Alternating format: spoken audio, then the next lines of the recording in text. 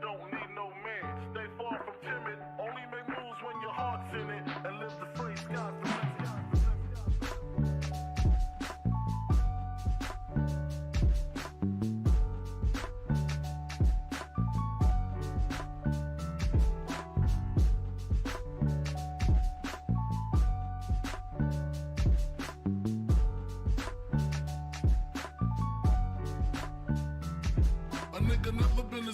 Me. I like that. When I was young, I had 2 pair of leaves. Besides that, the pinstripes and the gray. The one I wore on Mondays and Wednesdays. While niggas flirt, I'm throwing tigers on my shirt and alligators. You wanna see the inside? I see you later. They come the drama. Oh, that's that nigga with the fake. Wow, why you punch me in my face? Stay in your place, play your position. Become my intuition. Go in this nigga pocket, rob him while his friends watch it. And hoes clock it. Here comes respect. His crew's your crew, or they might be next. Look at they man, big man, they never try, so we roll with them, stole with them. I mean loyalty. Niggas bought me milks at lunch. The milks with chocolate, the cookies, butter crunch, 80 lunch, 80 lunch.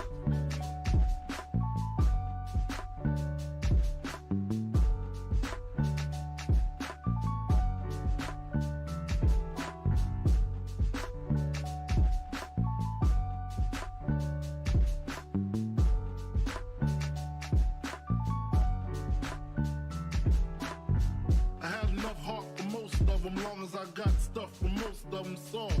Even when I was wrong, I got my point across. They depicted me the boss. Of course, my orange box cutter make the world go round. Plus I'm fucking bitches ain't my homegirls now. Start stacking, dabbled in crack, gun packing. Nickname Medina, made the scenes, took my Ninas. From gym class to in-glass, pass off for global. The only nigga with a mobile. Can't you see like total? Getting larger in waist and taste. Ain't no telling where this felon is heading. Just in case, keep a shell at the tip of your melon. Clear the space. Your brain was a terrible thing to waste.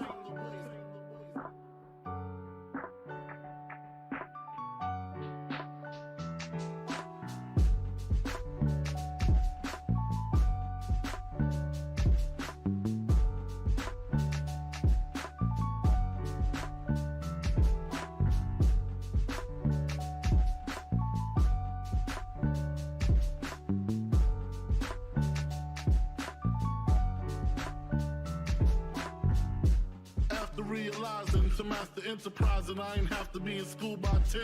I then began to encounter with my counterparts of how to burn the block apart. Break it down into sections. Drugs by these selections. Some use pipes, others use injections. Syringe sold separately. Frank the deputy, quick to grab my Smith & Wesson like my dick was missing. To protect my position, my corner, my layer. While we out here, say the hustler's prayer. If the game shakes me or breaks me, I hope it makes me a better man. Take a better stand, put money in my mom's hand. Get my daughter this college plan, so she don't need no man. Stay far from timid, only make moves when your heart's in it. And live the phrase, sky's the limit. Motherfucker.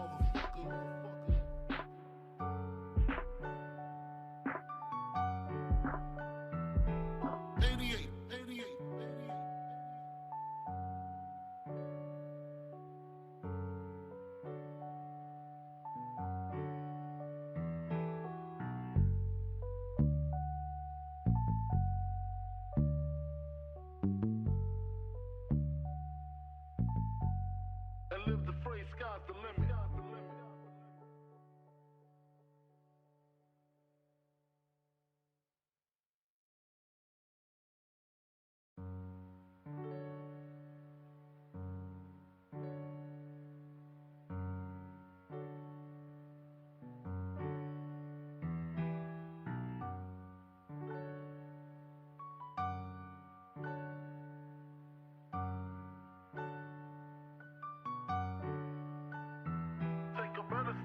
Put money in my mom's hand. Get my daughter this college plan, so she don't need no man. Stay far from timid, only make moves when your heart's in it. And live the free sky's the limit.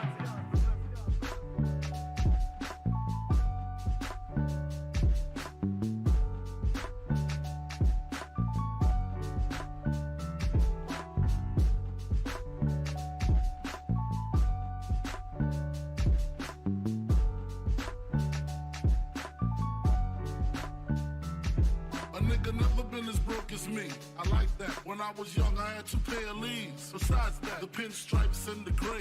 The one I wore on Mondays and Wednesdays. While niggas flirt, I'm throwing tigers on my shirt and alligators. You wanna see the inside? I see you later. Here come the drama. Oh, that's that nigga with the fake. Wow, why you punch me in my face? Stay in your place, play your position. Here come my intuition. Go in this nigga pocket, rob him while his friends watch it, and hoes clock it. Here comes respect. His crew's your crew, or they might be next. Look at they man, big man, they never try, so we roll with them. I stole with them, I mean loyalty. Niggas bought me milks at lunch, the milks with chocolate, the cookies, butter crunch, 80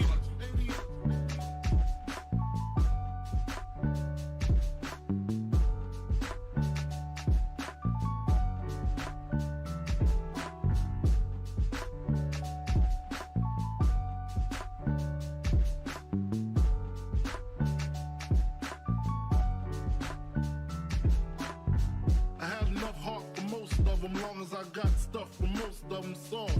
Even when I was wrong, I got my point across. They depicted me the boss. Of course, my orange box cutter make the world go round. Plus I'm fucking bitches ain't my homegirls now. Start stacking, dabbled in crack, gun packing. Nickname Medina, made the scenes, took my Ninas. From gym class to English, pass off for global. The only nigga with a mobile. Can't you see like total? Getting larger in waist and taste. Ain't no telling where this felon is heading. Just in case, keep a shell at the tip of your melon. Clear the space. Your brain was a terrible thing to waste.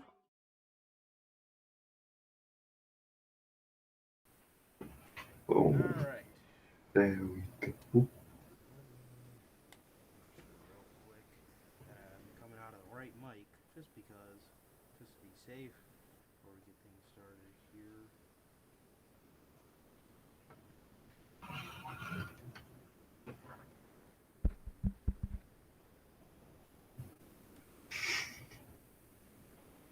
Okay, cool. I usually hit the mic to make sure that it's coming out of the right one. All right, guys. I got you. What is going on, guys? We are back with yet again another edition of the Notorious Heels podcast, man. Where, fuck, goddamn, I can't look at that picture. I gotta delete that photo real quick.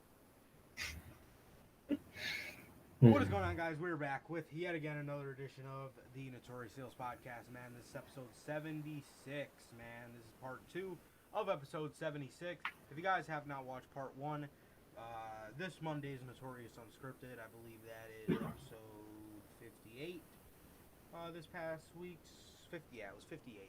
Yeah, man. So if you guys have not went and watched that, we talked about WWE and them exploring the possibility in the early stages of overexposing the tribal chief, Roman Reigns. Yeah. Man. So please go check into that, man. Also, before we do the intro, man, if you guys do not have YouTube Premium, which most of us don't for the most part, I used to have it, but we ran into some complications there. So if you guys do not have YouTube Premium and you do not want to be in the car and have your phone just eating away at the battery, you can now find the Notorious Heels podcast on Spotify and Apple Podcasts. And I'm so shocked I did not say Apple Music because I keep saying Apple Music. You can now find us on Apple Podcasts and Spotify, man. So go check out your boys over at the Notorious Heels podcast on Spotify, starting at episode 75, man. So that episode we did with Johnny Gargano last Friday. That is from there and up is fully on there so far. So we got that episode. We got it starts off with the Big E unscripted, the one where we went on after Big E. And then it's the Gargano episode of the news, and then it is the Roman Reigns episode of Unscripted with Roman in the thumbnail, and obviously this episode will be up on there. So what is going on, guys? If you guys are coming from Spotify or Apple Podcasts, man, glad to have you listening, bro. But without any further ado, if this is your first time watching, guys, do not know how this show works, man. Every Monday we're on here with Notorious Unscripted. And every Friday at 4 o'clock Central Time, we're going to get to that in a minute, we are on here with the newsman. Now, the reason we're on here at 7 o'clock Central Time is because your boy, Mr. Johnny Mayhem, myself, was involved in a hit and run today by some fucking bitch at this, me and the lady went out to eat, man, and somebody in the fucking parking lot hit my new car that I've had for like a month now. And I was telling this to everybody I was talking to today. I was talking to Sir K. I was talking to pretty much most of the people in my, immediate family. How the fuck did we drive to Schaumburg 4 times in 5 days and nothing fucking happened? We drove on Western, and if you're from Chicago, you'll know what that means when I say Western. We drove to Western, bro. We drove on Western to the United Center, and nothing happens. And when we were parked in the United Center, that was a slim-ass parking lot. No, at least my car wasn't hit. Yeah. Lo and fucking behold, we're sitting at a fucking restaurant, man, and my shit gets clocked. And the dude or girl, whoever it was, drove the fuck away. And yeah, man, but we're looking into it now, so that is why we're not on here at 4 o'clock. So I just want to apologize for that. But we're on here because we don't we don't want to watch Smackdown. So we're on here with the newsman. We'd much rather hang out with you guys, man. But those that are tuning in on YouTube on the live stream, just want to say what is going on, guys. Please feel free to chat it up with us in chat, bro. But anyway, this is also your first time watching, and you guys do not know who we are here at the Notorious Podcast. I am Johnny Mayhem, one half of the host of this very show, and as for the other half, we have my boy Sir K here. How's it going, man? It's going good, man. It just was a normal ass day. Woke up, chilled, did my normal shit, ate, got the call from you. That all happened, and then I was just chilling out, bro. Just was adding some songs, downloaded them, added them to Spotify, man. Malachi Black's theme. I had to get a new version of the Chris Hero theme because I downloaded a weird version. That sucks. So I had to get the actual. The wrong version of the song. Oh yeah, I was so pissed. So I had to do that, and then we just started this, man. So pretty good day so far for me, man. We just normal as shit. Dreading Sunday, 4 o'clock. I have to walk back into work, man. But other than that, I'm just chilling, bro. It's just been a normal ass day for me, man. But even though I think we all know at this point, how was your day, man? Bruh, what a reason. Jesus Christ. Okay. Yeah, my day was fucking something, bro. It was fucking literally. Something, man. It was good. It was good up until I got hit. Pretty much. So yeah, that was just god. Yeah, not cool in the slightest, but other than that, it was the day was okay. It was okay. Can't complain. Well, other than the car situation, but yeah. Yeah, man. So yeah, just one of them days, bro. One of those days. Things just don't go your way. Yeah, bro. So yeah, we got a ton of news to talk about here with you guys, man. And first off, we're gonna go over, as you guys know, the news that we don't have in the notes because it just came in pretty recently. So without any further ado, man, WWE. Oh god, the news is always off to a rocky start when we utter those 3 letters, isn't it? Literally. WWE considering various ideas for WrestleMania 38. That is the one next year in Dallas. Or I know the AT&T Stadium is not even in Dallas, but it's in Arlington or wherever the hell it is. Yeah, where the fuck? WWE are... this is via the Wrestling Observer, by the way, and WWE are reportedly considering various ideas for next year's WrestleMania in Dallas, Texas. One idea was to once again hold WrestleMania 38 over 2 nights, with WWE looking into the cost or running it compared to one night. We brought to you guys that news a while ago that they wanted to do a minute ago. 2-night Mania. 2 nights. Mm-hmm. Another idea is to have WrestleMania on Sunday and then Raw the following night in front of 40,000 fans inside the AT&T Stadium. SmackDown won't be able to take place from the American Airlines Center due to the Dallas Mavericks already having the date, and while the go-home show edition of SmackDown is usually pre-taped to allow superstars to travel to the Mania location, this may not happen next year due to SmackDown being on Fox. A third idea is to hold Raw and SmackDown at the General Ford Stadium, which holds 32,000. The idea is that there will be a lot of tourists in the arena during WrestleMania weekend who will be able to attend the shows. So, first of all, I just want to say, the first thing that popped into my head when I seen this was they already do such a bad, shitty job in... They do such a shitty job in making shows feel special. They always have to... They always have to, you know, go to Saudi Arabia, or they gotta go to this big arena for this show that does not need a big arena. They got all these shows that just dwindle down the importance of a WrestleMania.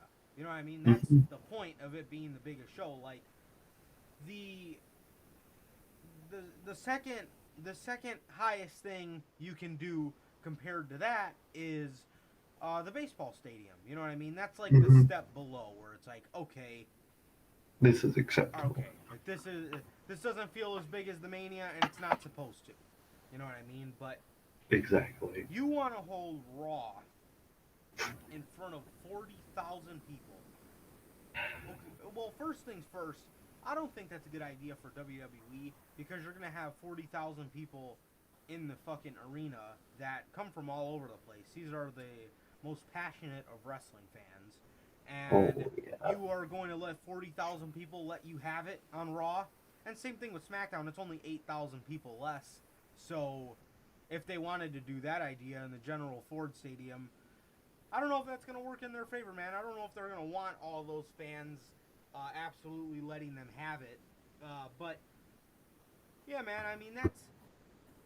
Stop dwindling down the importance of a WrestleMania. You know what I mean? Exactly. Just stop doing it. Because the show just is so much... It's already a bad show. Oh, yeah. But the only thing WrestleMania has to it at this point is the name. Oh, you're at WrestleMania. The show sucks. The only thing the performers have to look forward to, in all honesty, is going out and performing in front of 80,000 people. But then, if you wanted to do it in AT&T Stadium the next day, you wanted to do it in AT&T Stadium the next day for Monday Night Raw, so you're going to have 80,000 people in the venue for Mania. It was not 101. No. If you're going to have 80,000 people in that arena for WrestleMania, you are going... How much of that arena is going to be fucking tarped off? You know what I mean? Folks be buying Raw tickets. And how unnecessarily huge is the Raw set going to be? And then that opens another door, because that tells you right there, nothing special for the Mania stage. Because exactly. It's going to be Raw the next night. I guarantee you it's going to be like WrestleMania 35, and it's just going to be a huge fucking LED screen, and it's going to say Raw the next night. There's no way... I don't care if you hire fucking 10,000 people to take down the Mania stage. They're not going to get that done overnight. It just can't be done. It can't be done. And then they got to take that down and then set up the Raw stage. It's impossible. It's impossible. So, like I said, bro, this is just opening many cans of fucking worms here, and like I said, they're not doing anything special for that WrestleMania stage, so for those of you excited for fucking Rocky, even if you think that he's showing up for WrestleMania 38, there's gonna be no special stage like there was when he came out 10 years ago at WrestleMania Exactly. 28 with the palm trees or the New York themed one. Nothing None special of for that. Rocky. A fucking LED screen, and yeah, man. I mean, this is just a bad idea in general, bro. It is so cool, the Raw after Mania, when you have 17,000 compact in an arena, and they're all a bunch It's of just passionate explode. wrestling fans. You know what I mean? Exactly. You know what I mean? But like 32,000, I'm watching Raw. I don't want to feel like I'm watching fucking Royal Rumble, man. That's just me Exactly, bro. personally. And what are the segments that those poor people are gonna have to sit through, bro? Imagine Exactly. Because 80,000 people. cause Mm-hmm. who's returning? You know what I mean? Like, what are the Raw after Manias? Exactly. Who's getting called up that's going to garner any kind of pop? You know what I mean? Who? Who? Like, imagine 80,000 people having to sit there and watch some shitty ass Bliss segment. Like, what? And they're not gonna get tickets. First of all, the idea of the tourist coming in, going like, oh, might as well go to Raw. It's not really how ticket buying works. You don't really just buy a ticket the night before the show and be like, oh, okay, I'm going to the show. Maybe for Raw, because there'll be no tickets. You know how expensive those Raw tickets will be? Right. Not even just because of WWE, it's that arena. That arena cost. The main reason Mania costs so much, besides Vince McMahon being greedy, is because the arena costs a lot to run. So they need, Yeah. you know what I mean? So how much are going to be those Raw tickets, bro, that nobody will buy? You tell me, oh, I got to pay 5K to sit ringside at a Raw? Are you kidding me? I would not pay 5K to own half this company, bro. You know what I mean? And that sounds like a terrible idea. It's gonna have Mania mean nothing. Nobody will be there. Half of it will be tarped off. Fucking, it's just a bad idea, bro. It is just overall bad. And not to mention, why all of a sudden do they want to hold a weekly show in an arena that big? Yeah. Come on, guys. Exactly. All of a sudden, you want to do this for a Raw and a SmackDown? Hold it in a big arena. You never wanted to do this before. 2 nights ago. Come on, bro. Like, come on. AEW stole their fucking shine in New York, so now they want to re up on that and do something grander. What Vince is really wanting to do with Mania, he wants to do that with that Raw, just so that fucking mark of beating 80,000 people is very hard to get for AEW. That's why he wants to do that. Just so AEW cannot say they've held one of the most like biggest weekly television events in wrestling history. Because no matter how big AEW get, it's hard to get 80,000 people for a weekly show. People will be there by default for Raw, and half that bitch will be fucking halfway filled, but they'll still say 80,000. You know what I mean? So it's just Vince being Vince, man. It's just a terrible idea all around. I do not want to see this come to fruition, bro. Please do not imagine the segments in that arena, bro. I don't even like watching Raw at all, let alone an arena like that where they try. Anytime that company tries to do something big, it always is a failure, bro. They'll have Goldberg come back and shit. Do not do that, bro. Please do not do any of that. Exactly. Exactly, man. Next up, this is actually very new in. Now, this is a long one, man, so Mhm. you guys are gonna have to stay with me on this one. Let's see. All right.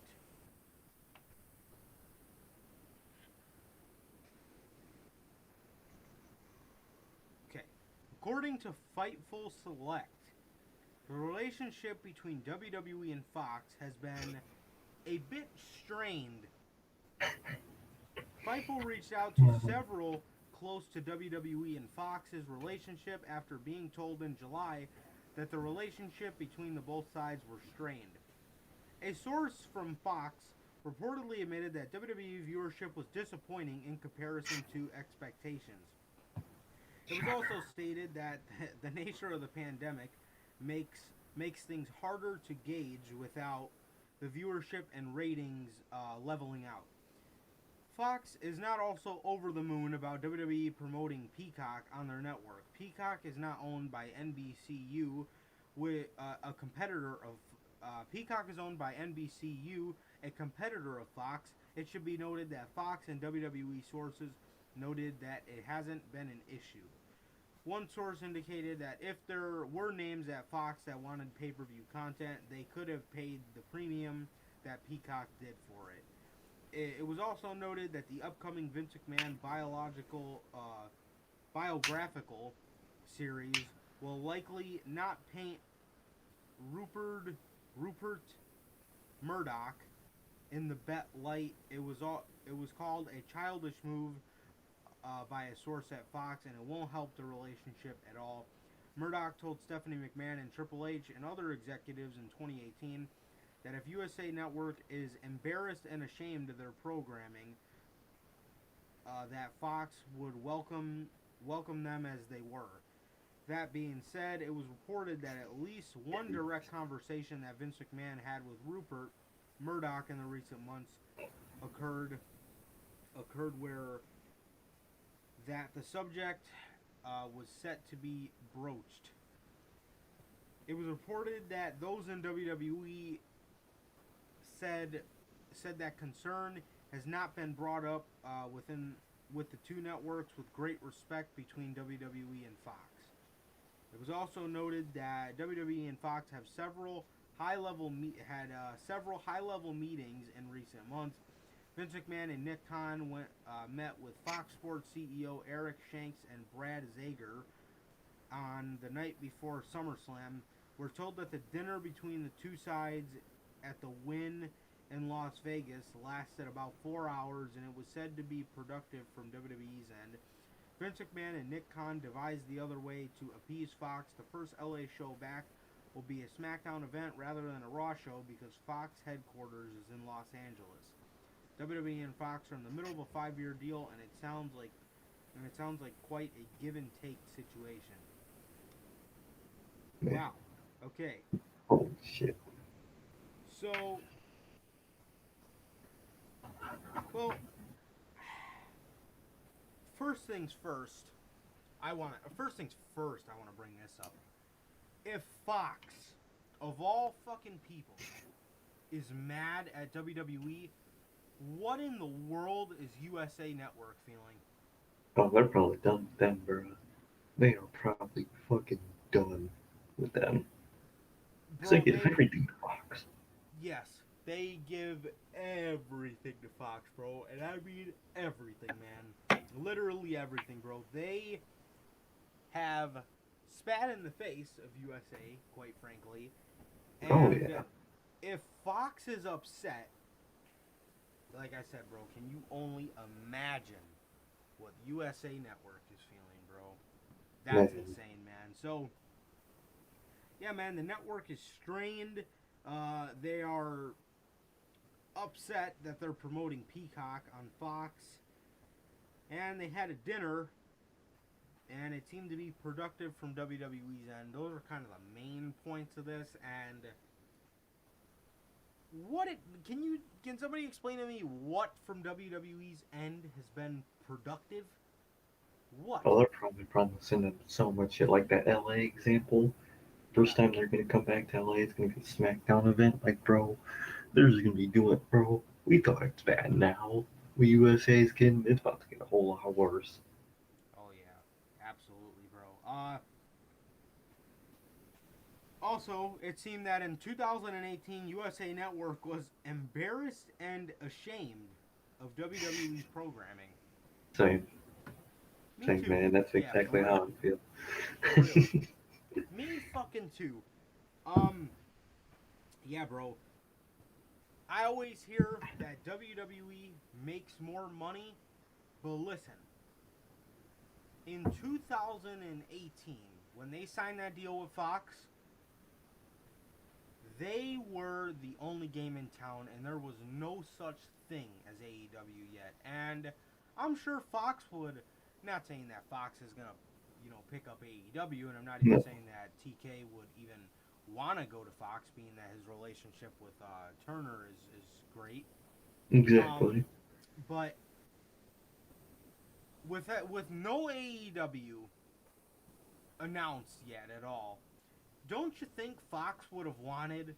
Fox got rid of UFC, so don't you think they would have wanted the more sports-oriented product? Exactly. Now they're looking at me like, what the fuck? I thought I was about to get professional wrestling. What is this? They, Fox thought they were paying $1 billion for professional wrestling, and they were lied to, man.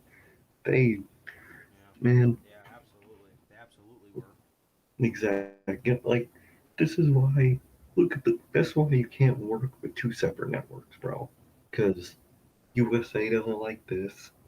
Fox doesn't like this, doesn't like the fact that they're working with USA, doesn't like the fact that they're working with Peacock. They Well, want to then, have separate brands, and it makes the show worse. exactly. And then, look on the flip side to AEW, Warner Media they're on Warner Media. Technically, they aren't on just TNT. They're about to be on TBS. Whatever other networks Warner Media might own, they need to, they could go to there. And overall, it's the same people overall, you know what I mean? So there's Yeah, really no bad relationship to be had about, oh, I don't want you advertising this. They don't got none of that. They played it smart. They're under one company on just different platforms, bro. yep, It's simple, bro. And look, just look at how SmackDown Fox has been given fucking everything this company has, and they are still not happy. And it's about to get a whole lot worse. So WWE, being the idiot they and the money fiends that they were, just took the opportunity. And you think a smart businessman will look to the future and be like, damn, will this network be mad that I'm doing this? And if they're not happy that I'm working with Peacock, should I make the Peacock deal? If the, you think Vince would be smart enough to look towards the future when making that Fox deal and just be like, yeah, this is good now, but in the end, someone's not going to be happy. You know what I mean? But hey, as long as Vince got that money, he's happy, bro. But man, I bet, and if USA in 2018 were embarrassed by the product, I'm telling you now, whenever that deal runs up for Raw, they ain't renewing it, bro. They ain't no way they're gonna yeah, renew that shit. At least we will never have to see, hopefully, a 3 hour Raw again. Because their deal with USA will be up. They won't be obligated to do the 3 hours. They go to Fox, even if they want to pay for Raw, which hell they might not at this point. You know what I mean? So, and it's gonna be hard for them to go to another network because Fox isn't gonna like that either. Like, well, if we don't want Raw, then we don't want you. We don't want anyone else getting it either. What are they gonna do? Get rid of Raw? I wish, but they're not gonna try to do that. So Vince just Vince found a way to financially book himself into a corner. This man is the genius of getting himself into a corner, whether it's TV writing or financial decisions, bro. Come on, bro. That all that money this company's making, they keep doing this to these networks, it's gonna start to dry up, bro. It is, man. yeah, man. Yeah, back to what I was saying. Kind of lost my train of thought there, but they WWE was the only game in town in 2018, and I think with the competition doing so well, I really believe that Fox may renew it, USA may renew it, but it's not going to be nearly as Oh, what it is, especially for Raw. It's like, not only are you putting on a shitty show, you're absolutely shafting our network, and you're getting beat in the 18 to 49, the biggest demo by the competition, and then you get in front of shareholders and say that they're not a exactly. competition. Okay, you in denial Sounds like a fuck. delusional man losing his money. fucking financially getting himself into a corner, man. Yep. God damn. Absolutely, bro. So, yeah. Well, once it's time to renew those, they ain't getting nearly Oh, as not enough. You nearly. know what I mean? I could Because, easily. Go ahead. I was gonna say, because if Fox is looking for consistency, what wrestling company has an off season? They could get anybody. You can get They fucking anybody. Impact on the fucking. You know what I mean? Like, you can literally Yeah, get fucking any. You can literally get any wrestling promotion if you're looking for consistency. Because I don't exactly. watch Impact. I'm confident enough to say that Impact puts on a better weekly show than Monday Night Raw does. I could Not probably saying say that that. Fox is going to pick up fucking Impact, but Oh you get no, the that would point. never. But They like can find consistency anywhere. You know what I mean? anywhere, man. If they want a more out of US audience, get New Japan, bruh. You're gonna have a massive fucking Japan audience. Like, come on, bruh. Come on. WWE's got to realize, in terms of deals in the network perspective, they are not the unbelievable untouchable deal anymore. Because with on paper, where it matters to WWE, other people got the consistency. Their competition's starting to get the numbers. The recognition is getting really up there. Like, everything, every fucking piece of news, fucking every week, there's some type of piece of news where it's just a hint to that AEW is catching up to WWE in every form. Already, we already know booking, but in terms of everything else, every week it's financials, numbers. Now this, come on, bro, there's a pattern here that Vince isn't willing to see. Yeah, bro.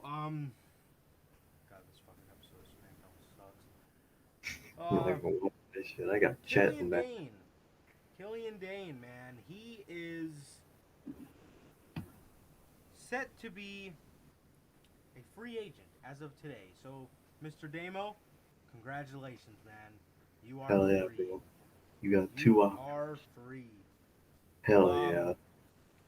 so he tweeted this out.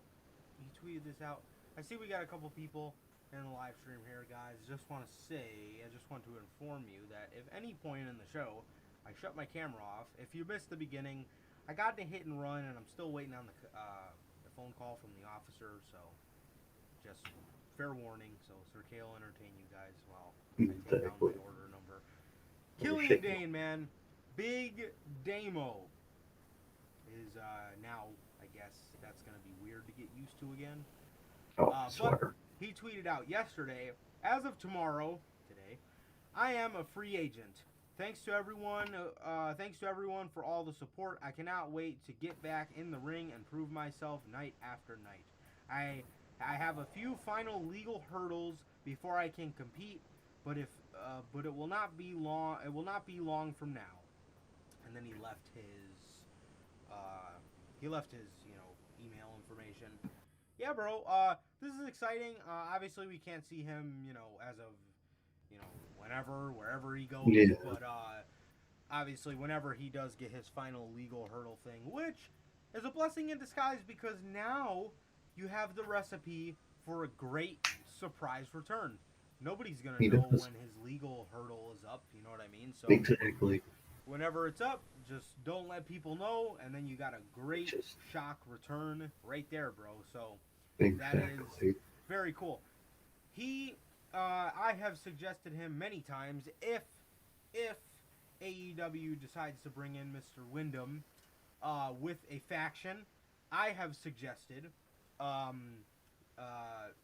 Wyndham Rotunda, Taylor Rotunda or Bo Dallas, Killian Dane or now Big Damo, and I said Eric Rowan. I think he'd be cool, but There could be any number of names that could fit in that yeah, slot. there's a lot of people. It's gonna be cool too because I would love to see some like. Not that I want to see him in Bray's faction whatsoever, but I just thought about this. It'd be cool to see like a face-off between Wyatt and Luchasaurus, because we That all would be know dope. that he He was Yeah, one of the supposed to be. original. He was supposed to be one of the members of the Wyatt family, so that would be really cool, man. But yeah, man, I would do that personally over having him lead the Dark Order, but that's just Oh, me. 100%. But look, bro, 5 days, man, 5 days, and we could be seeing the debut of Wyndham in AEW, man. So super, Crazy. super ecstatic for that. I am so excited to see Hell Wyatt yeah. back in the mix of things, bro. I miss him. He's been away too long. Also, you said this yesterday. Actually, I'll let you tell it, man. I'll let you tell it. But yeah, bro, that's my thoughts. Hell yeah, man. Besides the thought of the Cult of Wyndham, him joining that is probably my number one on my list of things I would do. But if not, he would be Big Damo. Would be absolutely perfect for this House of Black faction they're And looking to create, bro. they're both from overseas too. So Exactly, bro. makes sense, bro. Man, You think Tony Khan might have to bust out the bag for this faction, but well, not really the bag, I wouldn't say, but he might have to, make 3 signings, I would say, in total, to make this faction really fucking cool. But you have Black, you have Abaddon, you would need to sign Damo, and Connor and Victor, bro, of the Ascension, bro. bro. We've been saying that for years, bro. We've been saying that for years. Exactly, bro. I've always wanted the Ascension to be with Aleister Black, mainly when he was Aleister Black, because man, those two entrances mixing, the way Ascension would rise up and the way Black would rise up, that shit would just be heat together, bro. But man, just imagine Black's, bone, like, skull mask with the horns on it. Imagine a more beast one of that for Damo, bro. Just like a big skull with just giant horns on it, bro. That shit would be so fucking badass, bro. And just him with that old, I would love for him to be in the House of Black, bro. Yep. If he is not, would not be in the Wyndham family, or not the Wyndham, what the fuck, the Cult of Wyndham, whatever the fuck you want to call it, man.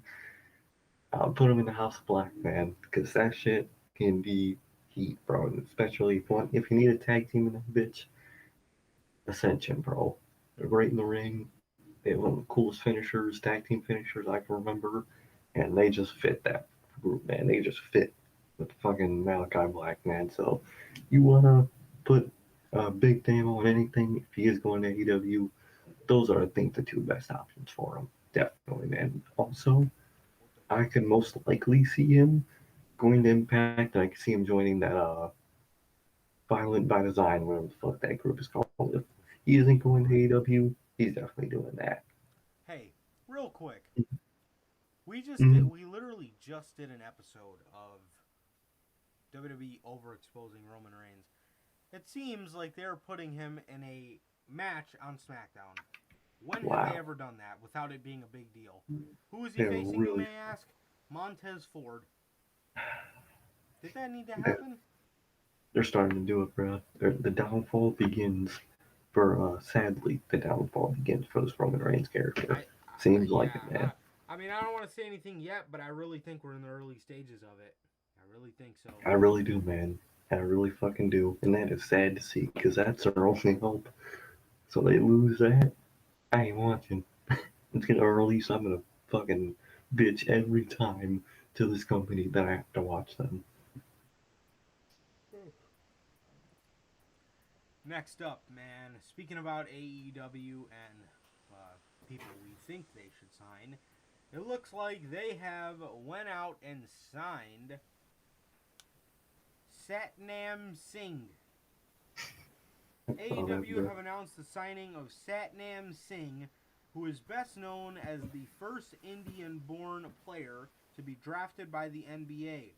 Singh is 7'3" and will be training at none other than the Nightmare Factory. he's about to be If he's greener getting than fucking grass. trained by Cody, Cody's gonna bring him in as his Colossus, like Omo. Bro, he is, bro. That is exactly what Cody's gonna do. Tell me, He, bro. Cody is gonna say that this man guards Heaven's Gate or some Our, shit like that, bro.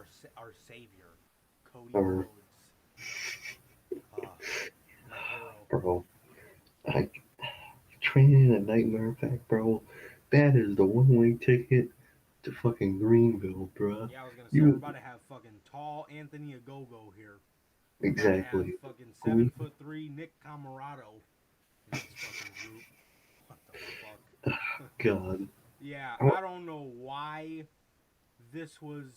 I don't know why A this thing? was a thing. I mean, they must have seen something in the dude, but like, I want to go back and watch his NBA clips to see how he moves, because maybe he can move, but I don't know. I'm not down. I'm not putting my money on it.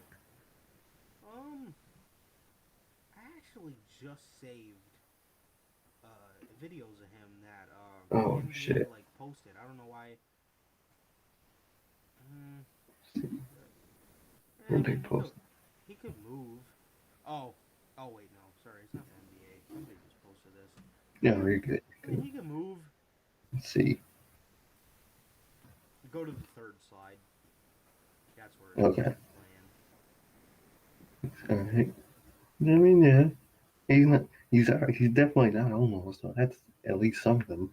That is He true. doesn't just walk. Because Yeah, almost literally just Yeah, walks. cause you gotta move a lot in basketball. I mean, like if like these guys that are like football players, they, you know what I mean? They like, for example, if they're like defensive linemen or offensive linemen, you don't really move, not as Yeah. much. You know what I mean? They, This dude yeah, seems I mean they move, but they don't move. You know what I mean? exact. The only thing is, bro, he is trained in a nightmare factory, and if you guys know, That's that the is. downfall. We're joking about it, but it's genuinely a one-way ticket to Greenville, bro. Anthony Gogo, Green, fucking Nick Camarado, everyone in that. Nick Camarado, QT Green, Marshall, green as fuck. Green. Everybody that comes out of a Hey. nightmare factory is green. She was green as fuck. At least she's learning, but like Yeah. still green. Everyone What that the comes out of the fucking nightmare factory is green as fuck, bro. Bro, what in the world am I watching? I know that, dude. I thought he was fired. Baron Ooh. Corbin brings back Riddick Moss to television to attack Kevin Yeah, Owens. right. Dude, Was that motherfucker fired? they're beating the shit out of Kevin Owens every week, bro. He must. Oh, have he's told them. gone. He's Must have out. told them. Dude, He's yeah, gone. anybody else, bro, in chat? Anybody else in chat? Anybody else find it really fucking weird that they're beating, they're absolutely beating the shit out of Kevin Owens every week? This is what they did to Ambrose. It's You know what I literally mean? what they did to fucking Mr. Dean Yeah, this is before what he they came did to Moxley. cool Uncle Dino. Oh Before, god, man. yeah, they're beating the shit out of him every week, man. It's crazy. Shit ain't bro. Yeah, bro. So Satnam Singh. I wonder if he's gonna debut with the Singh brothers. That shit would be heat, bro. He could play. Fuck. He could play Jinder's role with the He Singh can. brothers. They could be the Singh family. Family that sings. Yeah, I mean, I don't know. I want to say it's gonna be a long time before this dude makes an appearance on television. With Cody with that factory. But with the Nightmare Factory, Cody's gonna rush him onto TV like he did Brock Anderson and Nick Camarado. That whole fucking circle. Anthony Ogogo. All these guys that suck. Mm-hmm. The QT Marshall. All these guys, man. And Satnam Singh is going to be no different. I mean, he could move, so he's not a fucking Omo. But, I mean, I don't know. We'll just have to wait and see, bro. But, I don't know. I don't know, I have hope. Especially under Cody. Being under Cody is truly is what kills the hope. Especially if Cody signed him. And I feel like this is a Cody move. You don't see a lot It of is this. a Cody move. Cody is usually the one bringing in the celebrities. Cody's usually the one that's behind all the dumb shit. So here we are. Cody probably was laying in his bed one night and he was looking at his daughter. Oh he was god. looking at Brandy and his dogs. And he probably called TK and said, Hey. Satnam Singh. And just hung up. I just hung That's up. probably what happened. That's probably what happened TK's knowing just, Cody. what? Because Cody is just the smartest man to ever exist. We need to Yeah. TK. We need to sign all these people. Oh Bring them to God. the next.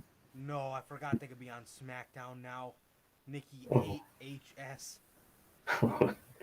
I'm glad I ain't got that shit in the background, bruh. Oh my God, bro, this is fucking awful.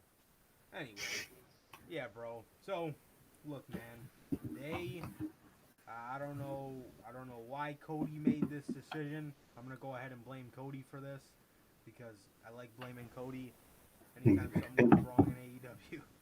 You guys notice the only two celebrities that came in that obviously weren't under Cody were Giannis and Uzi tonight, technically, even though it was Wednesday night. Those were obviously TK pulls. He was working out for both of them. You know what I mean? And Bro, did you have hear you? him rapping to the Acclaimed? I didn't yet. I didn't Bro, see any of the clips yet. dude gets on the mic and he says, "My name is Tony Khan. I'm here to say I'm gonna suspend the Acclaim for another 30 days." Bro, I I love love TK, TK. bro. Dude's a fucking legend.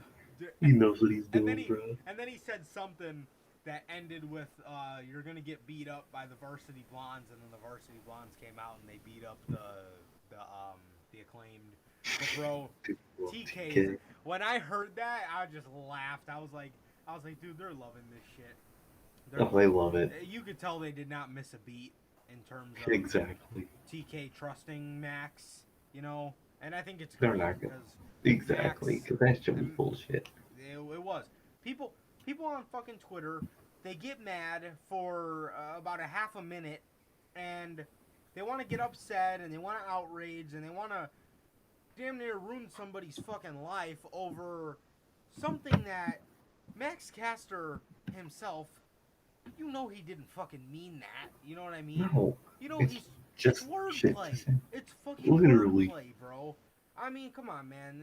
People act like you don't listen to rap music, and if you do, I guarantee you, or if you don't, I guarantee you, any form of modern rap you watch today, you will hear something 10 times fucking worse than what Max Caster said. So, Oh, 100%. stupid, man. Listen to go listen to Rick Ross. That motherfucker be saying the most fuck shit ever. You, man, get the fuck out of here, bro. I fucking love TK. Yeah, that made me laugh. He said, "My name is Tony Khan, and I'm here to say I'm gonna suspend the Acclaim for another 30 days." I was like, Bro, damn. this shit ain't right. That's great.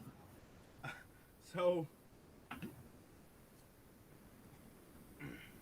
Gran Metalik, bro. We got some news on Gran Metalik here. Gran Metalik has requested his. Let me see. 2 days ago, this came out. 2 days ago, this came out. I think it was. Yeah, it was Wednesday.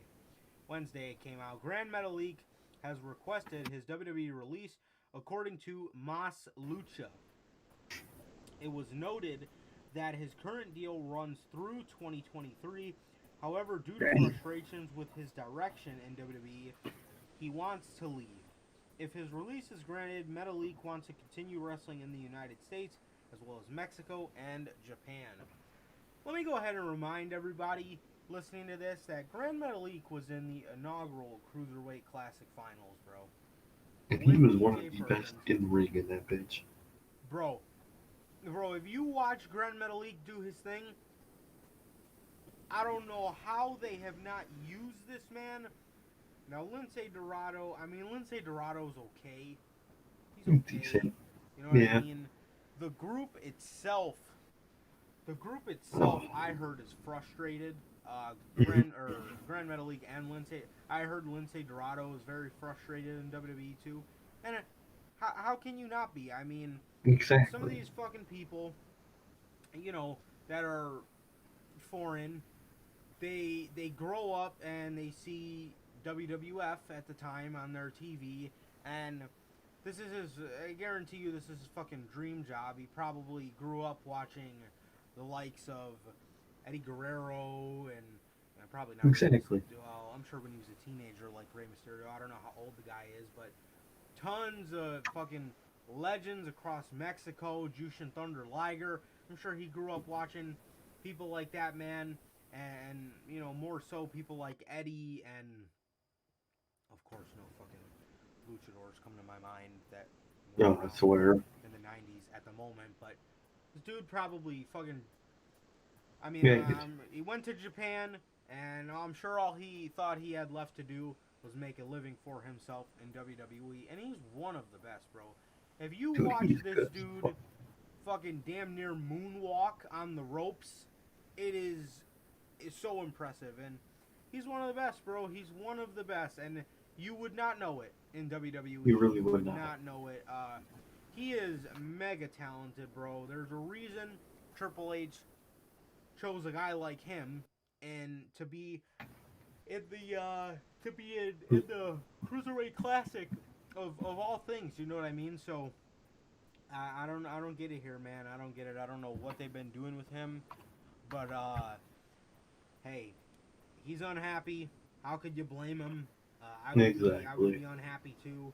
And yeah, hopefully he can find his way out of WWE because he has so much to offer in a place that actually appreciates him. Exactly, bro. Exactly. You could do so much better in doing shit in Mexico, doing shit in random US fucking promotions.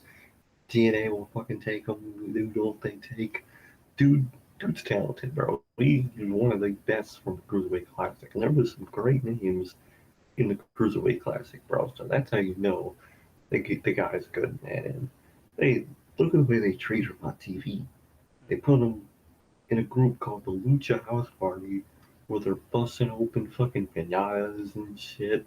Like, no one wants to do that. Nobody wants to be doing that shit, bro. Fucking Kalisto, fucking it scarred Kalisto so much he can't stand factions anymore. It's like, God, bro. This is what happens when you go to this company, bro. You end up like that. You end up scarred with factions, and now you want to leave, bro. Can anyone blame him, bro? And his contract runs till 2023. So out of all people that they tampered and changed up contracts, did they just forget about Grand Metalik? Why do they want to keep him for that long? Exactly. It Yeah, that's doesn't what make I sense thought to me. too. With all the you want to restructure Owens, but not restructure a guy like Grand Metalik, and then it's like, why is he here? You know what I mean? Like, why do Exactly. you decide to pay this fucking guy? He's You know what miserable I as mean? fuck. He wants to leave. You don't want to use him. What's the problem? What's the point? Yeah, exactly. What's the deal? Why don't you just get rid of him? Don't It get rid doesn't of him. make sense, bro. I really do not get it. AEW's not going to get Grand Metalik anytime soon. They're not going to No. want Grand Metalik anytime soon. You know what I mean? So it's like, why not release them? I don't get it, man. I don't get it. This company makes no sense, and I hope that my, not my, what the fuck, I was fucking dumb. I hope that our good friend, Grand Metalik, can fucking get his solos, bro, because the man deserves better, bro. Because that's just fucked up. Absolutely, bro. Absolutely. WWE. Speaking of WWE, they have announced that they will be returning to the United Kingdom this Oh, November. This November, bro. such good Uh, shows. November 23rd, or no, sorry, November 3rd, November 4th, 5th, 6th, 7th, 8th, 9th, and 10th. They have shows across the UK, so looks like they got a week straight of Raw, Raw, Raw, Super Show, Oh, God. SmackDown. Maybe those are live events. I don't know. Yeah, there's no way they're gonna film 3 weeks in advance. No, God, Yeah, no. but those are the dates that are going back to the UK. It's gonna be interesting. I'm sure some of those are live events, and I wonder what this Super Show bullshit is. On a No, God. looks like it's on Saturday, November 6th. That's just fucking Probably some great. special live event they're gonna fucking. They better not make that a fucking mini pay-per-view, bro. I swear to God. Yeah, man. So they're going back to the UK. Feel bad for the UK fans, bro. They have not had any, major brand go over there. I'm sure. Well, I mean, we know now that WWE is going back there. I'm sure AEW is chomping at the bits to have their first show in the United Kingdom, and yeah, bro, it's going to be fun. It's going to be fun to watch. It's going to be fun for those fans. I know those fans miss wrestling. They have to, Oh yeah. very passionate about wrestling, bro. So, yeah, man, I'm happy for those in the UK. Yeah, man, and if you are from the UK, bro, those are some dates. I don't know if you'd want to go to a Raw or a Smackdown. I wouldn't. I'd just wait for AEW to come. But if you are in the UK and we're wondering, that is the dates that they're returning to United Kingdom, bro. So, yeah. Exactly. Right. I feel bad for you guys. You guys got to sit through at least a Raw and probably a SmackDown with some live events. That's gonna suck. You know what I mean? Having to watch the likes of fucking piss all over your country. Shit ain't right, bro. Shit ain't right. But in other tandem news with the UK, did you see that AW news regarding the UK? What's that? They, in 2022, of course, they want to go back to the UK. They said when they want to go back to the UK, they want to do a stadium show. They want to do some like Grand Slam level in the UK. I'm like, man, Oh, they can that do it. shit. They've never done a show there. Those fans Oh, are bro. absolutely bloodthirsty for some AEW, bro. I know it. Yeah, man, And I if hope they bring out Cody.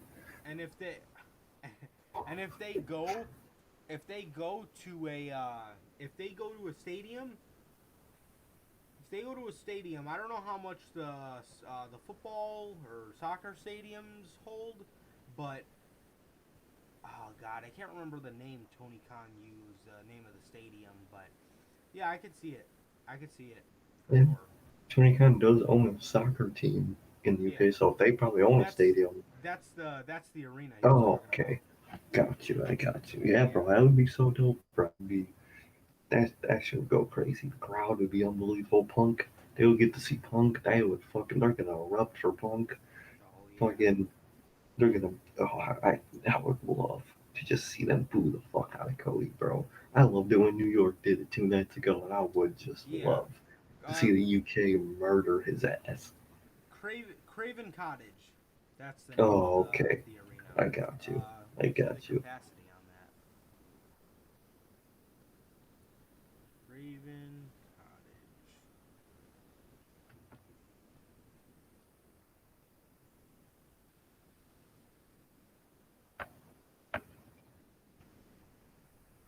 Wow. It holds Hmm. 25,000 people. So, well, they're, it holds 25,700. So damn near. And then with the seats taken out, or with, Seats them added? the seats added due to like floor seats and stuff, since they don't need all those seats just for soccer. They could I, probably fucking I do that guarantee you they 30,000. could do like 30,000 people Oh, bro. in that stadium, bro. That shit would be so good, bro. I hope that could go through, bro. I think it will. Oh yeah, And that shit's just gonna be heat, bro. I would love to see absolutely. that. Yeah, that's gonna be. Oh man, that's gonna be fire. That is Hell going yeah, to be bro. fire, bro.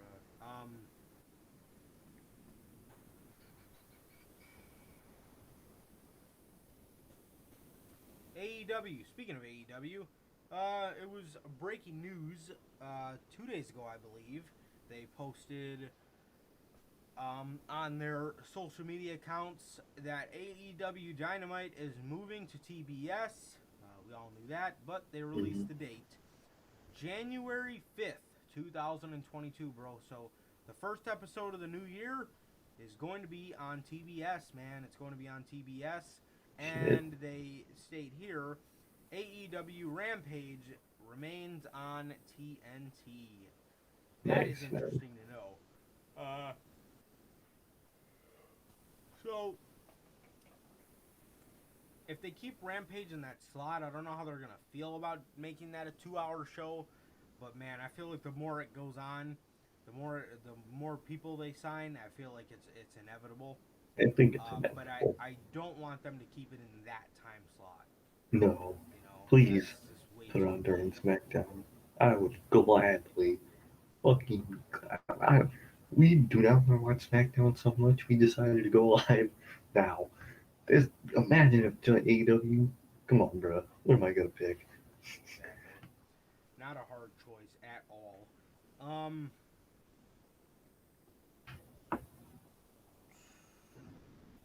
Also, speaking of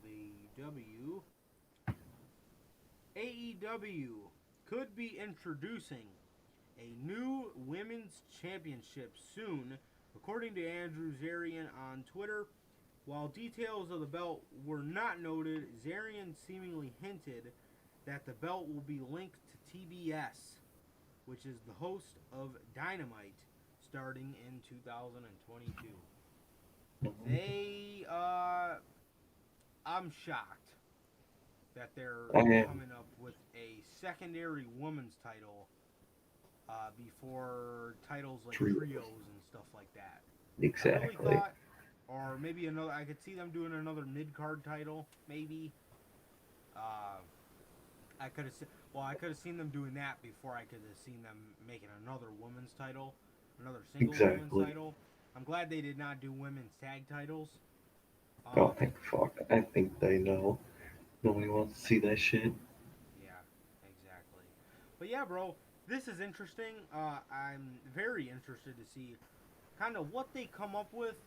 One of the things the first thing that came to my mind is I feel like they are making this kind of title for somebody like a Ruby Soho because you cannot at all take that belt off Britt Baker.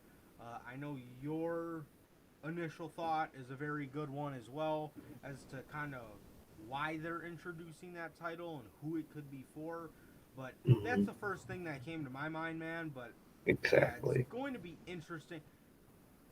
When it comes down to it, no matter who it is, I feel like this belt is created because there are people like Britt Baker who you cannot take the title off of, and then Thunder Rosa, whenever she beats Britt for it, which also is inevitable, She they're didn't hold gonna, it for a while. yeah, she's gonna hold it for a while too. So yeah, this is gonna kind of be to get some other people some spotlight.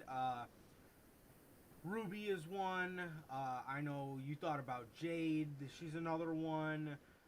You're looking at somebody like, Or Statlander, I could see. yeah, Statlander. I wouldn't want to see it, but somebody like a Sheeta or a Riho, I would not like to see that. But for some reason, people love them. For Um, some fucking reason.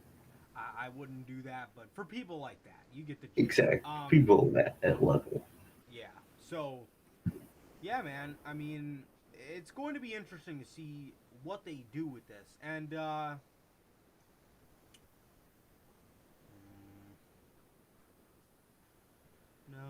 I wouldn't.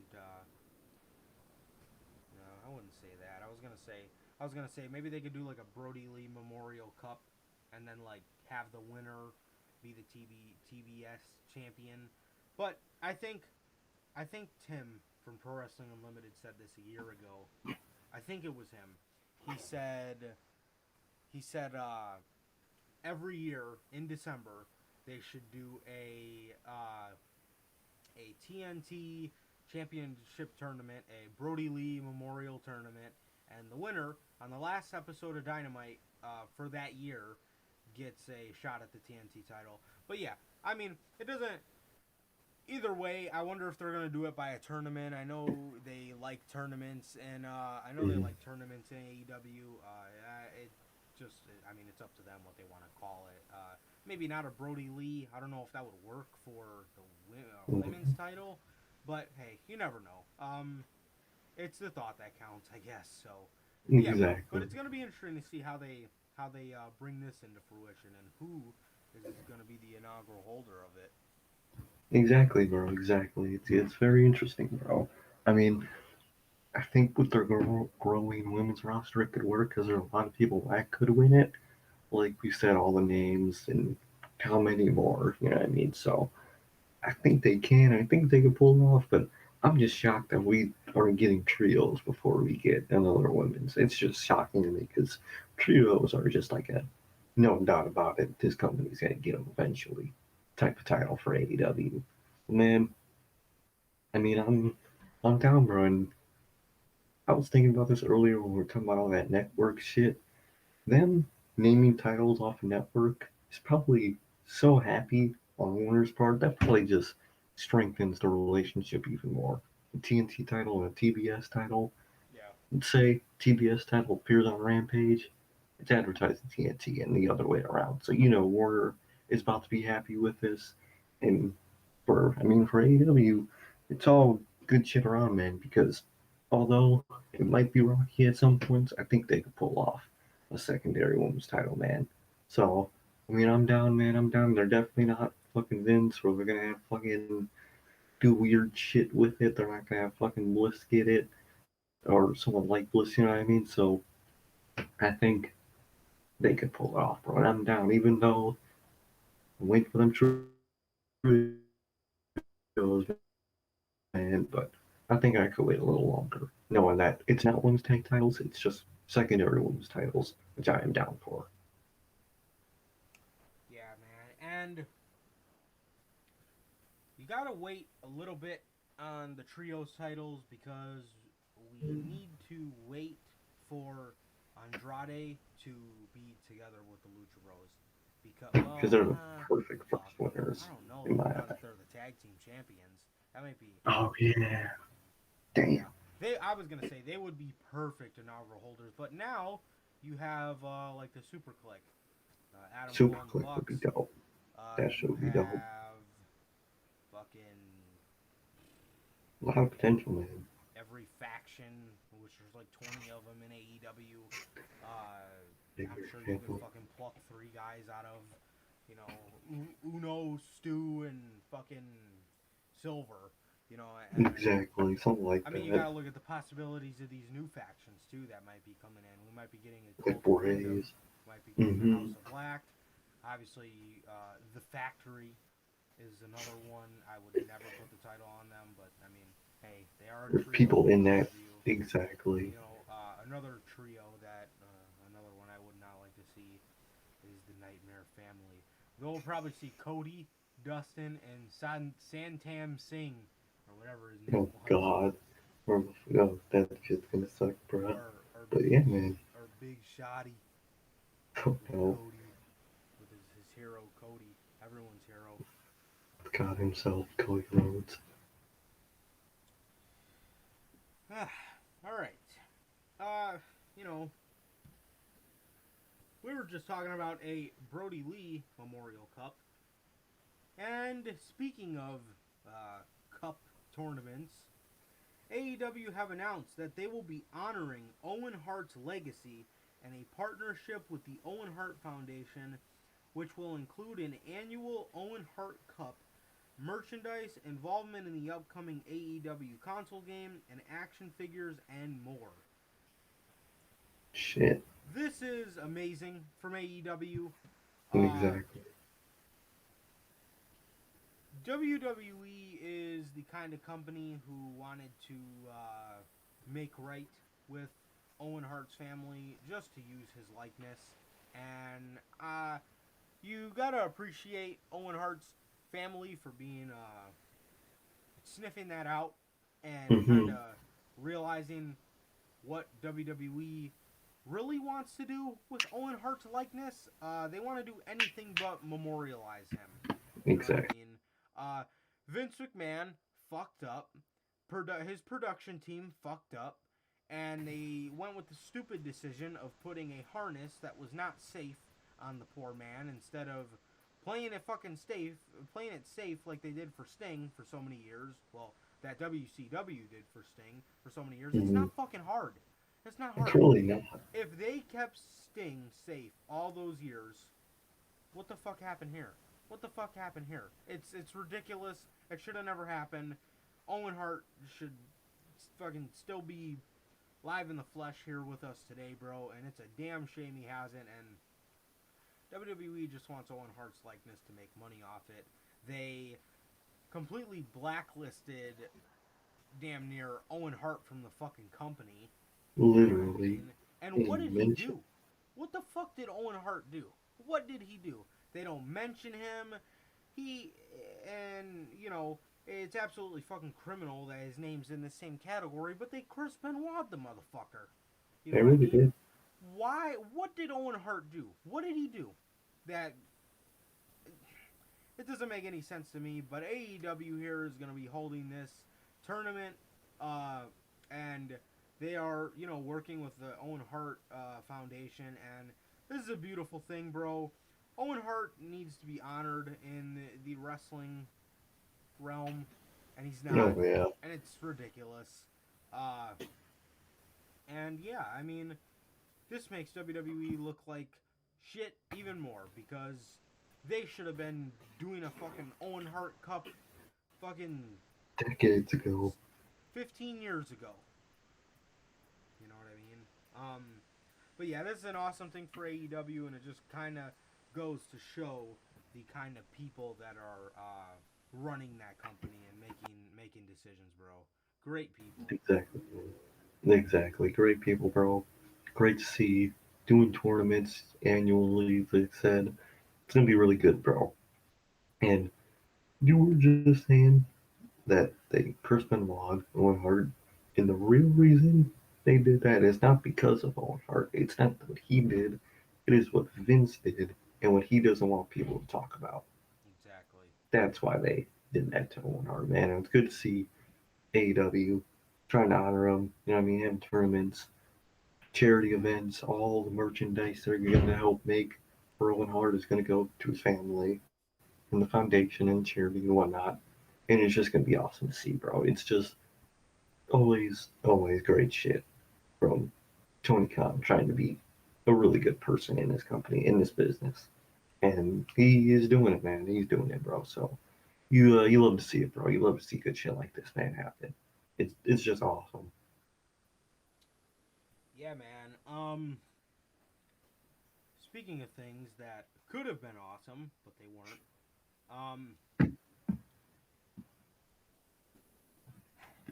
Becky Lynch. I guess she spoke to Alex McCarthy. Talk Sport, I think. Yeah. He tweeted out, bro, Becky Lynch just told me she was originally good to go for WrestleMania, and it was discussed that she would face Bayley. That didn't happen, and then she was meant to return in October before WWE called her the week of SummerSlam. He says at the end, pretty upset we didn't get Lynch versus Bayley. Ladies and fucking gentlemen. So, this match was taken away from Bayley for WrestleMania. And instead, Becky was not on the show at all. And what was Bayley doing, you may ask? Was she the host? Was she a huge piece of the show? Was she facing another great talent? No. She was getting beat up by the Bella Twins. You went with that over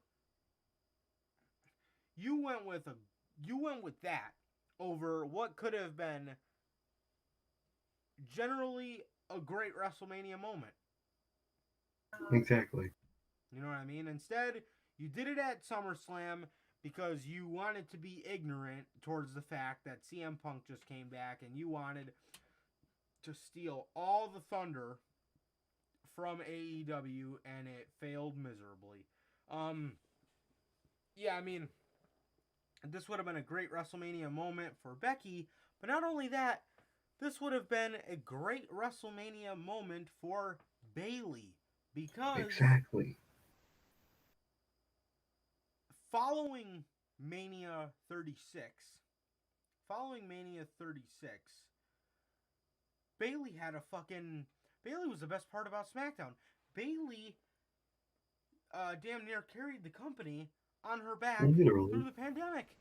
Bayley Exactly. had a absolutely amazing year in WWE, and the fact that she was not rewarded for that, it makes me absolutely sick, bro. Because what are you working for in WWE, bro? You worked your ass off all year, carried the damn company on your back, fucking waved the WWE flag through the pandemic to get thrown down the stage by Nikki and Brie Bella. Are you Then have fucking Roman kidding say me? he carried it. He wasn't Yeah, even here most of it. exactly. Like, Which in the come beginning of the pandemic, when the shit was really boring and it was no Thunderdome, just in a fucking empty gymnasium, it was on, Bayley. bro. It was It was fucking Bayley. exactly. And yeah, that's a great point you bring up. They bring Roman Reigns back and try to fucking spew the narrative of I carried the company through the pandemic. No, the fuck you didn't. Bro, no, the fuck No, he the fuck didn't. you didn't. I'm a huge Bray Wyatt fan. I'll be willing to say Bray didn't even carry the company through the fucking No, pandemic. It it was was Bayley. Bayley. It was Bayley. She was incredible. We all know that, and she absolutely had a historic year to then get thrown down the stage by the Bella Twins in front of 40,000 people. Literally, man. Makes no fucking sense, bro. And imagine the feud with babyface Becky Lynch returning and Aew Bailey. Bro, that is money right there. That is an acceptable person to take that title off Bailey. And this is what we got as a whole, bro. Come on, bro. Looking back, bro, this is what they 100% should have done. It made sense. It's good for Bailey because that's what she deserves, to lose it to an actual legit big storyline. And you could say what you want about the Sasha and Bailey storyline, but it could have been bigger. You know what I mean? And looking at this, I probably would have preferred this, just because it's more a better played. I don't want to say played story, but a better played and acted out, you could say, story. Because Sasha's great. Sasha works. You can say what you want, but Becky, at this point, people gotta admit, Becky's better than Sasha. All right. So I would rather see Bailey and Becky than Becky and Sasha than Bailey and Sasha. You know what I mean? Even though they have the great story between Bailey and Sasha, Becky's Becky and babyface Becky. Sasha ain't got if Sasha ain't got nothing on Bailey, she ain't got nothing on Becky. So come on, bro. But they scrapped this just to bring her back on a fucking phone call win because of CM Punk for SummerSlam. Should have done this, bro. It would have been better for everybody in every way if you would have just done it at Mania. Absolutely, man. Absolutely. NXT, or should I say NXT 2.0,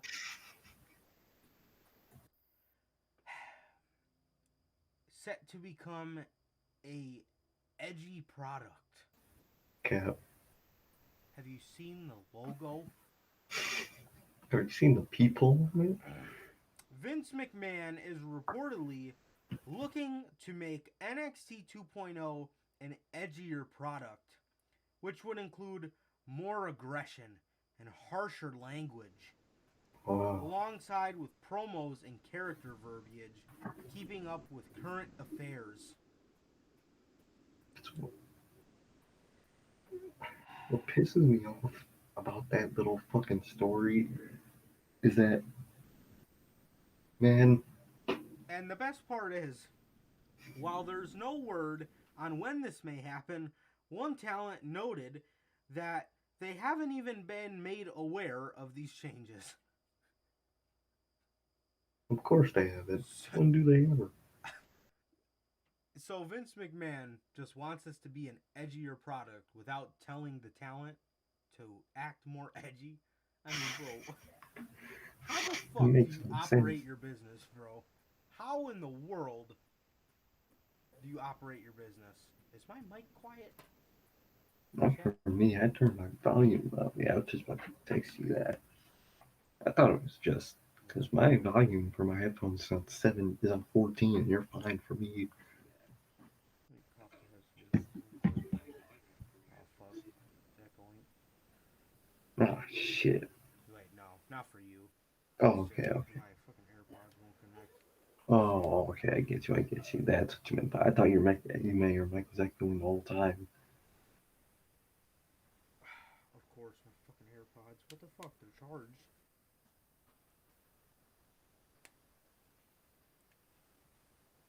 Put them in my ear. Connect.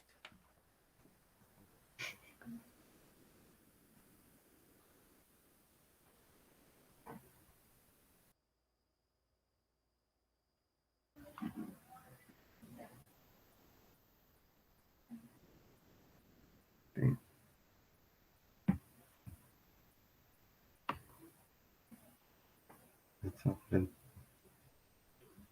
Bro, why the fuck are my AirPods not connecting? Let's see. Let me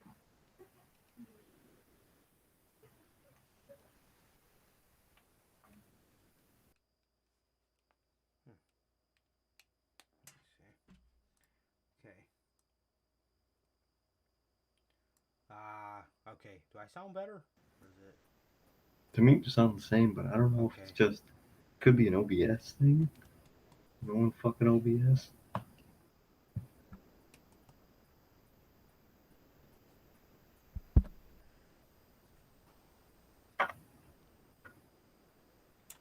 Do I sound better now?